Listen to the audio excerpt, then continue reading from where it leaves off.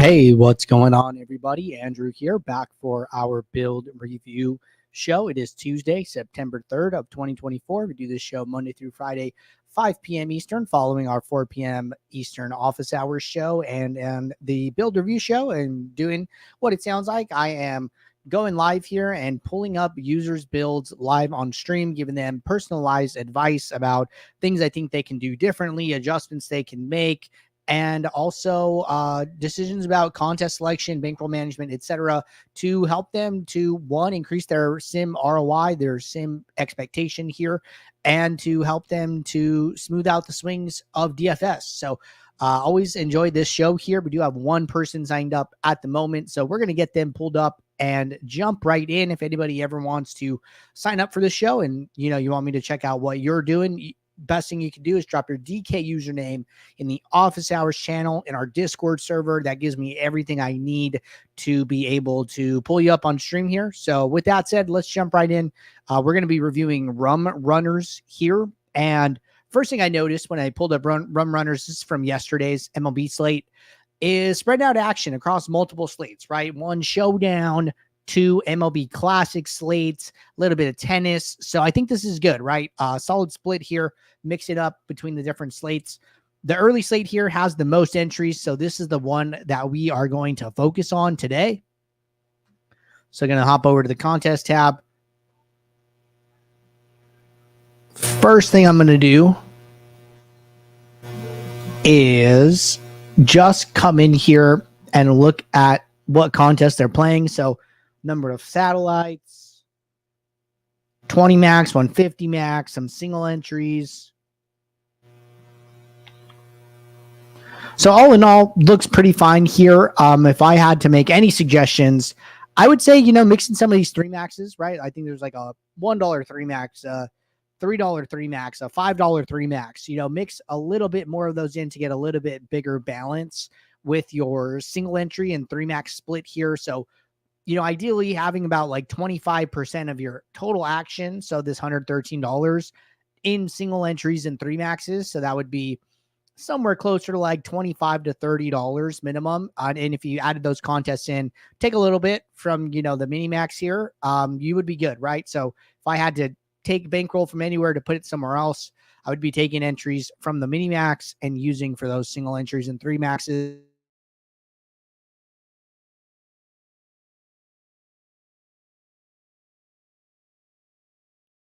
I would prioritize the solo shot in the quarter jukebox over the mini max. But with that said, small tweaks there. Let's jump in here and review a contest. So I'm going to start with the solo shot. So I'm just going to select the contest, close this contest tab. Going to hop over to users on the entries page. So Rum Runners here entered 20 lineups. Going to go and set a filter for entries equal to 20. Sort by sim ROI. Wow, interesting. So Rum Runners here is at about 6% positive sim ROI. This is good. Now, what's super interesting is, we have one person at 21% sim ROI, but then it drops really, really quickly to 12% to 9%. So all in all, Rum Runners is 1, 2, 3, 4, 5, 6, 7, 8th on this list, right? Top 8 sim ROI in this contest. This looks really good. When you look at just the sim ROIs and you say, hey, the top is 21%, it doesn't look so good. But that 21% seems like an outlier here. A lot of these players are closer to like the 5 to 10% range. So the fact that Rum Runners is in that group of players, I think is a good thing to start with here. So all in all, very strong start to this review. I'd say they're probably doing a lot more right than they are wrong. So let's dive in here. Average salary seems fine. Uniqueness seems good. Sim average score is a little low. It's not terrible, right? We see like 96.6. We see 97. We see 96.1. there are higher sim average score lineups that, like, there are more. If you look at like the top 15 players, the sim average scores are typically a little bit higher, but not terrible here, right? So it's not like, oh, we need to play higher projected lineups. This seems okay, all in all so far. So now let's jump into these builds. So I see a GPP build, see a satellite build. I'm not 100% sure what this build one is. So it looks like they swapped all the satellites together. And then it looks like they swapped basically all of their other contests together. So let's start with the GPP build. I think it's fine to separate these, right? Having like a build for just your GPPs, a build for your satellites where you care more about winning the contest, a little bit different approach, right? So I think it's good to separate those. I find that to be pretty strong out of the gate here. Okay, so we're in this GPP build.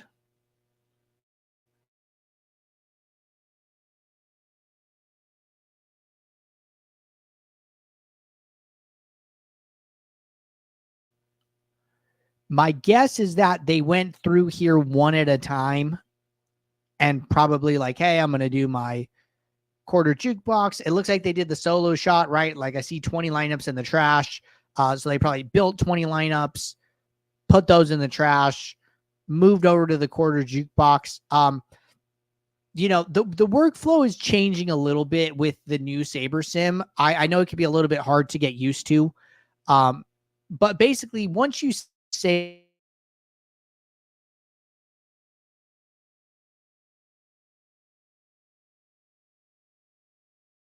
I wouldn't be surprised if Rum Runners is just using app.sabersim.com right now, which is totally fine here. A couple things I noticed, right? Or a couple things I would do here. I would add in some aggregate metrics if you don't have them. So come in here, add one. They are on the ultimate plan, so they do have access to contest sims. So that's not something that's missing. But I would add in, an average projection, aggregate metric. I would add in an average ROI, aggregate metric, and what you can do, if I recall correctly, is go to contest sims, go to target contest, and then go to ROI. So what this does is it looks at the ROI. Say I'm doing single fill, right? It's going to say, hey, I'm looking at the quarter jukebox. So the aggregate metric is dynamic, where if I select the quarter jukebox, it's going to do the average ROI for that contest. And then if I go and change contest sim to a different one, so say I change it, my sorting metric is going to be target contest ROI, right? So then now I can just change the target contest from quarter jukebox to say, okay, I did my quarter. Now I want to go and do my solo shot. So then now I updated the solo shot contest. The ROI is going to switch to the solo shot. And we can see that because the ROI was at like 33%. And then now it's 60. So the aggregate metrics and, lineups and all that are auto updating with this update, right? So a little bit quicker workflow when you do it this way. So just some quality of life improvements. This was a good opportunity to show how those features work, but they're really helpful to have these data points, right? It'll help you understand, hey, what impact am I having going from mini Nick of 1 to mini Nick of 4, right?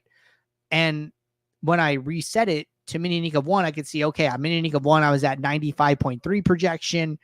At mini Nick of 4, I was at,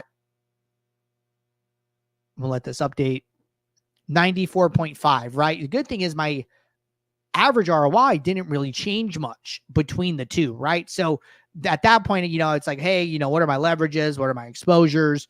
If they're similar, I would stick with one where you retain that extra point of average projection. But that's kind of the way that this is designed to work. So, getting these data points, using them in conjunction with like leverage, exposure, aggregate metrics, min uniques, all that's really good. One other thing that we've recommended on the show is coming in here and setting a filter where you're filtering out the bottom 10% of projected lineups just to try and raise that average projection a little bit. So, the actual number you use doesn't matter, right? You want to come in here and do something like, hey, show me lineups projected score greater than X, make up a number, see how many lineups go in the trash, adjust it accordingly to get about, 5,000 pool build, somewhere around 500 lineups in the trash. And just to make sure you're avoiding playing those super low projected lineups, just because we see that on average, higher projected lineups do a little bit better via sim ROI. So you're helping yourself out with some small tweaks there. All right. Checking out some rules. So there is a rule here with Corbin Burns and Houston.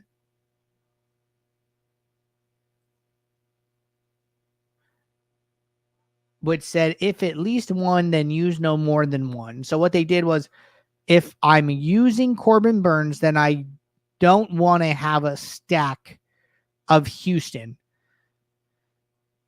I'm not 100% sure how they came up with the rule or whatnot, but, the sim ROI of the portfolio seemed fine. So I'm not going to say it was bad or anything like that. Seemed to be okay. I think one thing that you could even do is go and look at your Corbin Burns lineups in flashback and see how they actually graded out, right? So the only other rule here is don't use batters against opposing pitchers, which is pretty standard. But when you're going to make rules and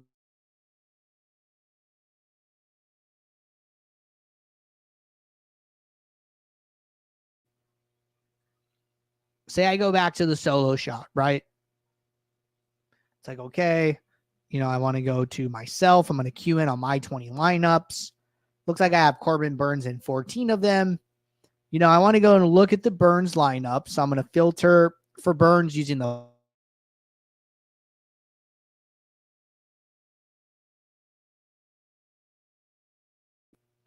how did my Corbin Burns lineups do, right?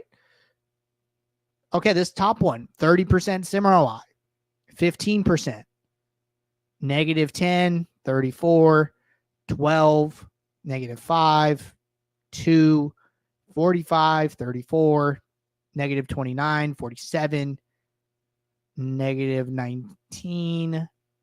Wait. My filter went away.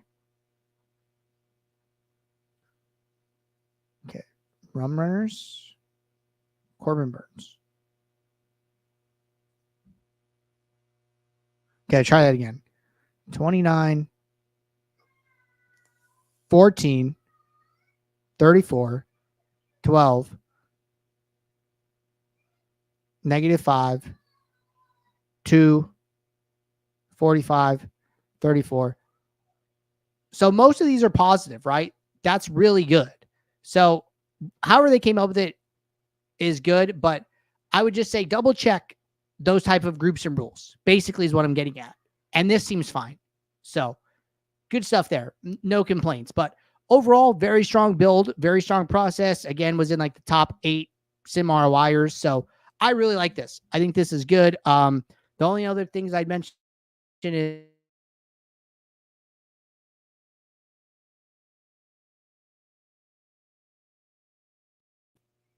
so have that fine-tune approach, holding yourself accountable, add in those aggregate metrics, mess around with a projection filter, learn the new workflow of the target contest sims and how to quickly switch back and forth with the dynamic metrics. But yeah, very, very happy with what I'm seeing from Rum Runners. All right. That was actually the only person who signed up today. So if anybody tuning in here wants to sign up for the show for tomorrow, we'll be right back here tomorrow, 5 p.m. Eastern. Drop your DraftKings username in the Office Hours channel in our Discord server, and I will add you to the queue for tomorrow. But appreciate everybody tuning in. Talk soon. Take care. Good luck today. Thanks. Bye.